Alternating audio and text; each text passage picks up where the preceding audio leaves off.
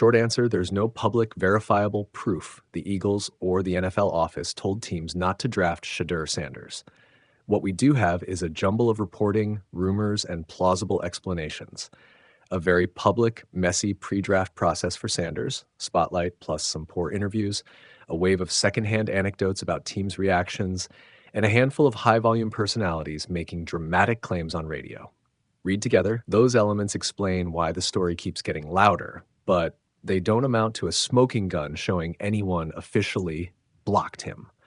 Below, I'll walk through the facts we can reasonably rely on, the major theories that grew up around his slide, what the explosive claims actually amount to, and the real-world implications for Sanders and any team that evaluates him. Quick baseline. What's solid?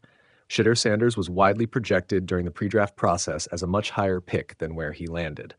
That mismatch, a top 100 or higher projection versus a day 3 fifth-round selection, is what created the initial outrage and curiosity.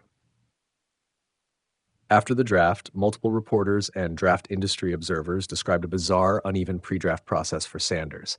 Interviews and meetings that some teams perceived as poor, a handful of awkward exchanges, and rumors of off-field concerns.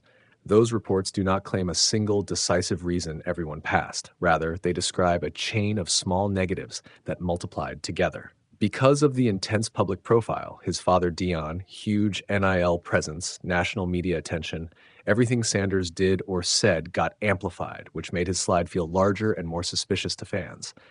The main theories people are circulating: 1. Interview/process problems. Multiple outlets reported teams were put off by his performance in private interviews or by how he handled certain evaluation drills. In the NFL draft world, a single bad interview, especially for a quarterback, can scare teams away quickly. Teams prize coachability, processing, and how a prospect reacts to correction. Perceived brittleness in those moments matters more than highlight reels. Number 2, character fit concerns, amplified by profile. Teams sometimes shy from prospects who carry a lot of non-football noise, media attention, family brand, unusual pre-draft behavior. Whether fair or not, franchises worry about off-field distractions if they're choosing between similarly graded players. Number 3, a cascade effect. Once a couple of teams passed for similar reasons, other teams rechecked and sometimes opted to avoid a potential headache. Draft boards are contagious. One team's skip can make the next team uncomfortable. Number 4, allegations and rumors that someone or the league instructed teams not to pick him. These are the loudest and the least substantiated claims. They have popped up on talk radio and social posts. Publicly, no league office memo, no team statement, and no investigative confirmation has surfaced to back the idea of an organized, official, don't draft directive. What the dramatic claims actually mean in practice, well, when a former star or media personality says the NFL told teams not to draft him, that's an explosive allegation. But as with most explosive radio takes, the evidence usually boils down to A, one person's account of an off-the-record conversation, or B, secondhand rumor. In the NFL ecosystem, a handful of anonymous sources and a provocative radio line can spark headlines. They rarely equate to documented or provable league action. Put another way, extraordinary claims need extraordinary proof. As of now, the claim that the Eagles or the NFL formally prevented teams from drafting Sanders has not been shown with documentary evidence.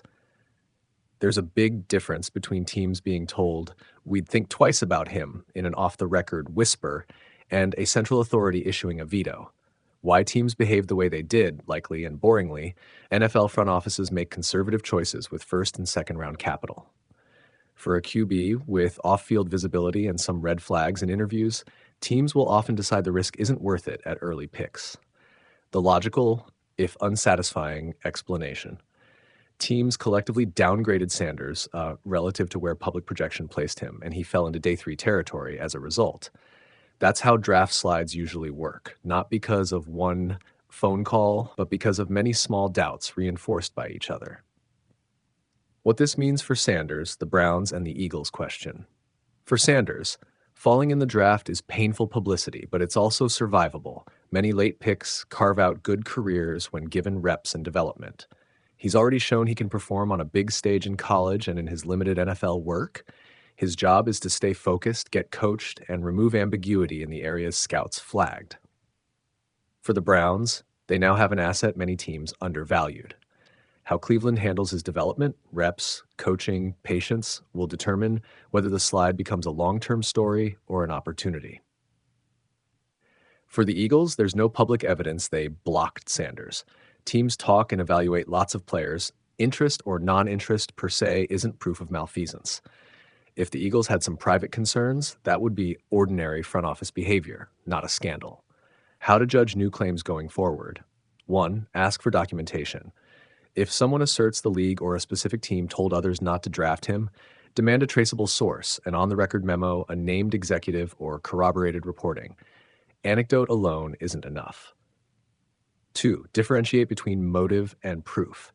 It's fair to analyze why teams passed on Sanders, interviews, temperament perception, scheme fit, but don't conflate plausible motive with proof of deliberate sabotage.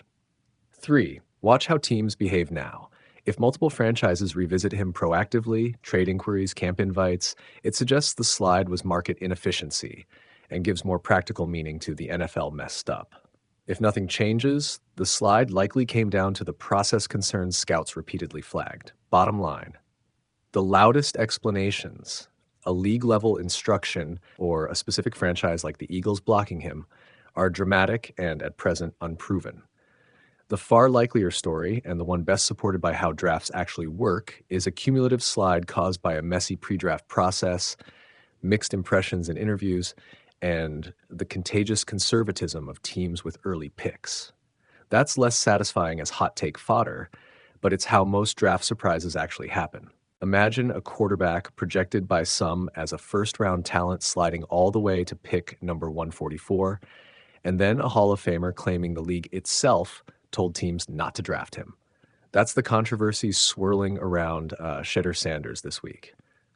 New York Post, here's what we know. The Browns traded up to take Sanders in the 5th round, and multiple reports say Philadelphia showed legitimate interest in him before Cleveland jumped in. Ian Rappaport and other draft insiders noted the Eagles were tracking Sanders during the process. SI then came Eric Dickerson's explosive allegation on AM 570's Rogan and Rodney show.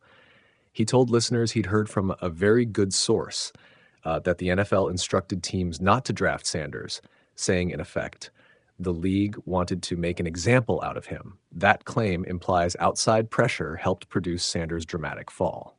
New York Post, not everyone accepts that version. Some respected insiders pushed back almost immediately, arguing Sanders' slide can be explained by ordinary draft dynamics. Teams simply didn't grade him as a first-round quarterback, concerns from interviews and character questions affected evaluations, and draft boards often jettison QBs after the first wave comes off the board. In short, one theory says league meddling, another says conventional scouting and team judgment. Important context, the league office hasn't publicly verified Dickerson's claim, and no concrete evidence has been released that the NFL told teams how to vote.